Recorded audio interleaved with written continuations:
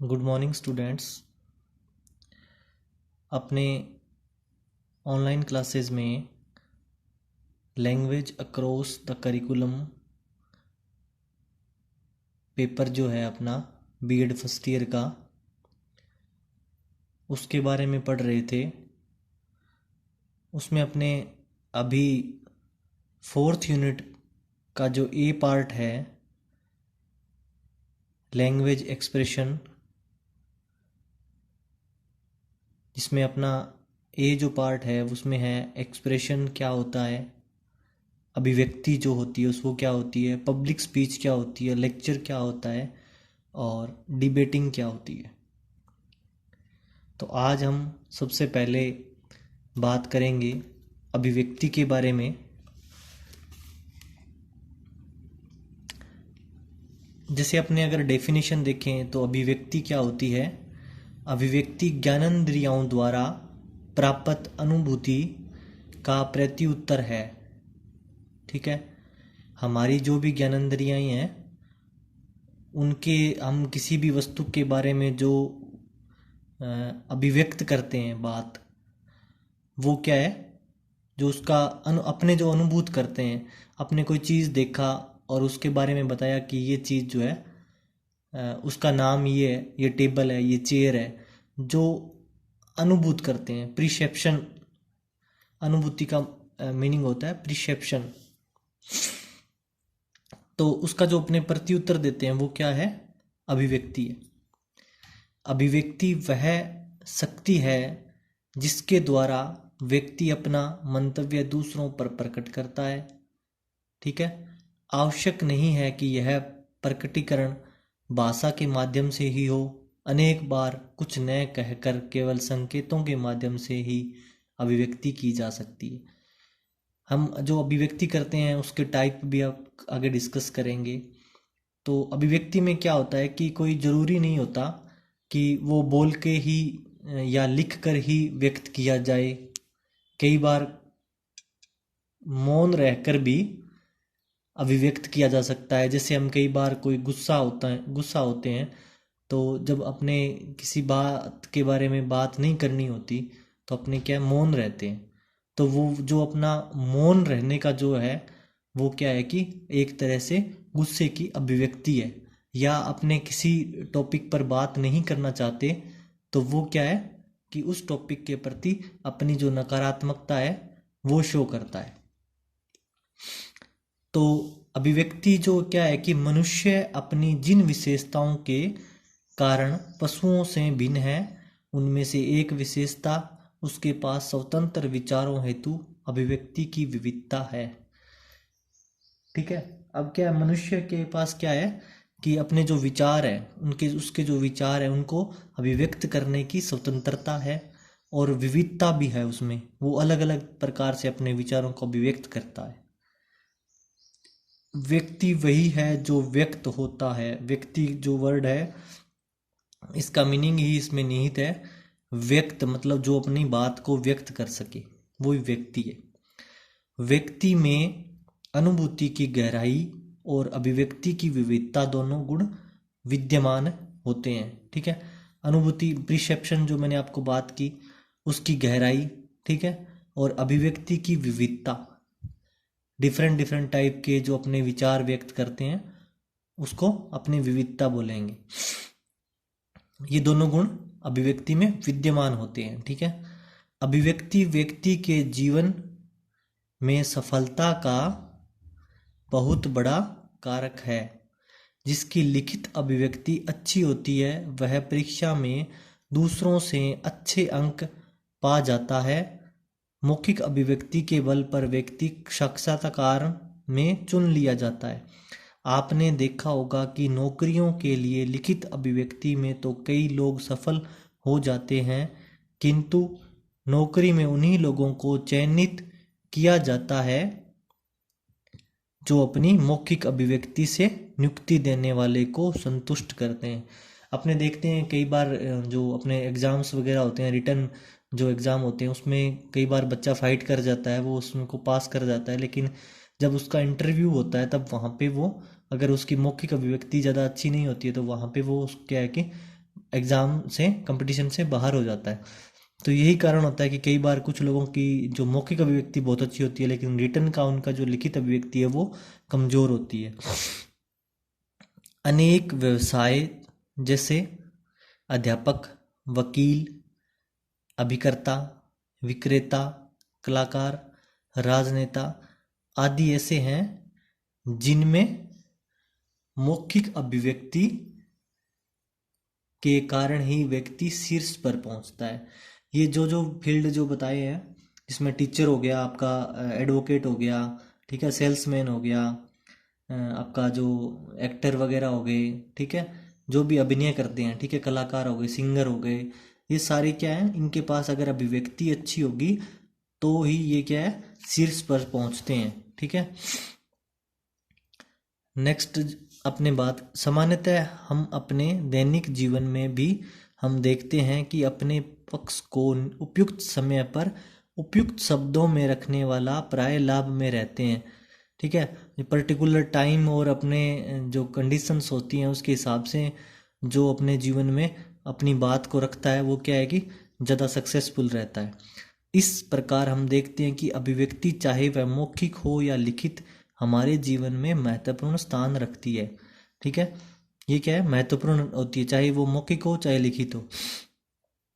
अब एक डेफिनेशन और दे रखी है, अभिव्यक्ति स्थूल या सूक्ष्म वस्तु के प्रति की गई मनोसंवेदनात्मक प्रतिक्रिया है।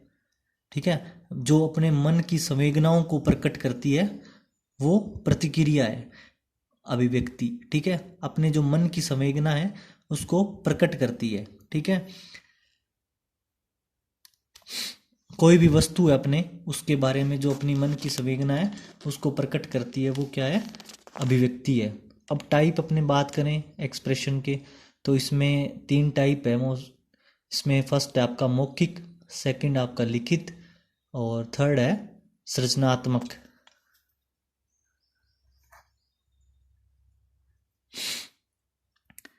अब मौखिक को अपने बोलेंगे ओरल एक्सप्रेशन, और इसको बोलेंगे राइटिंग एक्सप्रेशन, और ये होता है क्रिएटिव एक्सप्रेशन। जो फर्स्ट अपने मौखिक अभिव्यक्ति है वो की भाषा के माध्यम से व्यक्त की जाती है। ठीक है, भाषा के माध्यम से मौखिक अभिव्यक्ति, कोई भी भाषा, आप इंग्लिश, हिंदी, कुछ भी, गुजराती, कुछ भी हो सकती है। ठीक है, भाषा, किंतु इसमें आंशिक मुद्राओं का भी विशेष योगदान होता है। अपने जब मौखिक बात कर रहे होते हैं तब अपने हाथ के और आंखों के और ये एक्सप्रेशंस जो होते हैं उनका भी विशेष योगदान होता है। मौखिक अभिव्यक्ति की क्या क्या विशेषताएं होती हैं, सुश्रव्यता, यानी कि प्रॉपर सुनाई देना चाहिए। ठीक है, जो हम बात कह रहे हैं, जो आगे सुनने वाले श्रोता हैं उनको प्रॉपर सुनाई देना चाहिए। उचित गति, प्रॉपर गति से बोलना चाहिए, ऐसे नहीं एक वर्ड बोल दिया उसके बाद 5 मिनट बाद दूसरा वर्ड बोल रहा है, या बहुत फास्ट बोल रहे हैं। ठीक है, तो ये चीज़ें क्या है कि प्रॉपर गति भी होनी चाहिए बोलने की। और आगे क्या है, भावानुरूप उतार चढ़ाव, थर्ड जो अपना है भावानुरूप उतार चढ़ाव। अभिव्यक्ति करते समय बात को भाव के अनुसार उतार चढ़ाव से बोलना चाहिए। जैसे जो हम बात व्यक्त कर रहे हैं उसमें किस प्रकार का भाव है उसके हिसाब से अपने को उसको बोलना चाहिए। शुद्धता, अभिव्यक्ति में शुद्धता होनी चाहिए। ठीक है, बोलते हो अगर आप हिंदी में बोल रहे हो तो प्रॉपर आपको हिंदी बोलनी चाहिए। ठीक है, नेक्स्ट आपका क्रमबद्धता, क्रमवार अभिव्यक्ति होनी चाहिए। जो अभिव्यक्ति आप मौखिक रूप से कर रहे हो उसमें क्रम वाइज, जैसे पहले किसी चीज़ के बारे में आप अगर इंट्रोडक्शन दे रहे हो तो पहले इंट्रोडक्शन दो, फिर उसके बाद उसके जो नेक्स्ट जो उसका पार्ट है उसके बारे में बोलो। तो क्रम वाइज बात को समझाना चाहिए। नेक्स्ट है आवरणानुकूलता, मतलब जो वातावरण है उसके अनुकूल अभिव्यक्ति करनी चाहिए। इसमें क्या होता है कि जैसे हम जिस एनवायरनमेंट में है उस हिसाब से अपने को बात करनी चाहिए, मतलब जहाँ जैसा माहौल होता है उसके हिसाब से बात करनी चाहिए। नेक्स्ट है अपना संप्रेक्षणीयता, संप्रेक्षण नियमित होना चाहिए। ठीक है, कम्युनिकेशन जो आपका वो प्रॉपर होना चाहिए। नेक्स्ट अपना आता है लिखित अभिव्यक्ति। लिखित अभिव्यक्ति लिपि के माध्यम से की जाती है, ठीक है। वो तो भाषा के माध्यम से की जाती थी मौखिक, और ये क्या की जाती है, लिपि के माध्यम से। कोई भी लिपि हो सकती है, देवनागरी, आपकी अलग अलग जो भी भाषाओं को लिखने की जो लिपि होती है उसके हिसाब से, हिंदी को लिखने की देवनागरी, अगर पंजाबी को दूसरी जो गुरमुखी जो होती है वो होती है। जिस इस प्रकार जो लिपि होती है उसमें लिखा जाता है। जिस प्रकार मौखिक अभिव्यक्ति में कथन भंगिमा इसकी प्रभावशीलता में वृद्धि करता है, ठीक उसी प्रकार लिखित अभिव्यक्ति में शैली प्रभाव उत्पन्न करने में विशेष भूमिका निर्वाह करती है। जो उसकी शैली होती है लिखने की, मतलब प्रॉपर जो तरीका होता है वो क्या है, उसको प्रभावित करता है, ठीक है। लिखित अभिव्यक्ति की क्या क्या विशेषताएं हो सकती है। फर्स्ट आपका है सुपाठ्यता, पढ़ने में आना चाहिए, आसानी से आप पढ़ सकें ऐसा होना चाहिए। सुस्पष्टता, जो बात लिखी है सुस्पष्ट होनी चाहिए, ठीक है।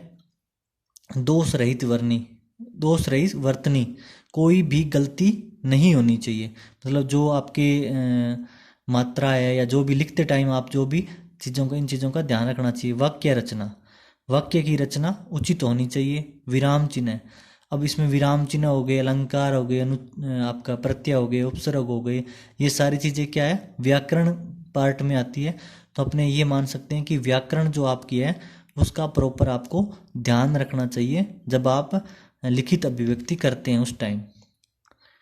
शब्द चयन, उचित शब्दों का प्रयोग करना चाहिए। आप अपने जो जिस बात को लिख रहे हैं उसके हिसाब से शब्दों का आपके पास चयन किया हुआ होना चाहिए, वही शब्द आपको यूज करने चाहिए। नेक्स्ट आपका आता है तीसरा, सृजनात्मक अभिव्यक्ति। ये लिखित और मौखिक दोनों प्रकार की हो सकती है, ठीक है। ये लिखित और मौखिक दोनों प्रकार की हो सकती है। सृजनात्मक में मौलिकता का विशेष महत्व रखती है, ठीक है। सृजनात्मकता में मौलिकता का विशेष महत्व रखती है। ओरिजिनलिटी, मतलब जो ओरिजिनल चीज है उसका महत्व होता है मौलिकता। मौलिकता के लिए अभिकर्ता, अभिव्यक्तिकर्ता का संवेदनशील एवं कल्पनाशील होना आवश्यक है, ठीक है। जो अभिव्यक्ति करता है, जो अभिव्यक्त कर रहा है, उसका क्या है, संवेदनशील होना और कल्पनाशील होना जरूरी है। उदाहरण के लिए अकाल की विभीषिका, अकाल के ऊपर अगर अपने को निबंध लिखना है तो विषय पर यदि निबंध लिखने को कहा जाए तो व्यक्ति अधिक संवेदनशील और कल्पनाशील है, वह विषय वस्तु को अधिक प्रभावी ढंग से प्रस्तुत कर सकेगा, ठीक है। अब मान लो आपको निबंध लिखने के लिए बोला जाए जिसकी कल्पनाशीलता और जो आपका संवेदनशीलता है, तो वो अगर आपकी अच्छी होती है तो आप क्या है कि किसी भी सब्जेक्ट पर, किसी भी टॉपिक पर आप अच्छे से निबंध लिख सकते हैं। बोर्ड के प्रश्न पत्र में सृजनात्मक अभिव्यक्ति संबंधी प्रश्न पूछे जाते हैं।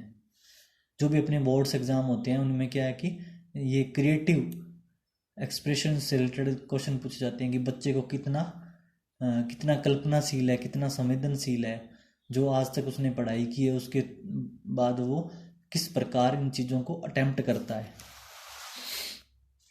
नेक्स्ट अपना टॉपिक आता है प्रिसेप्शन बेसिस ऑफ एक्सप्रेशन।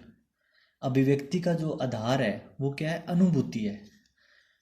अनुभूति अभिव्यक्ति का आधार होता है। यह दो प्रकार की होती है।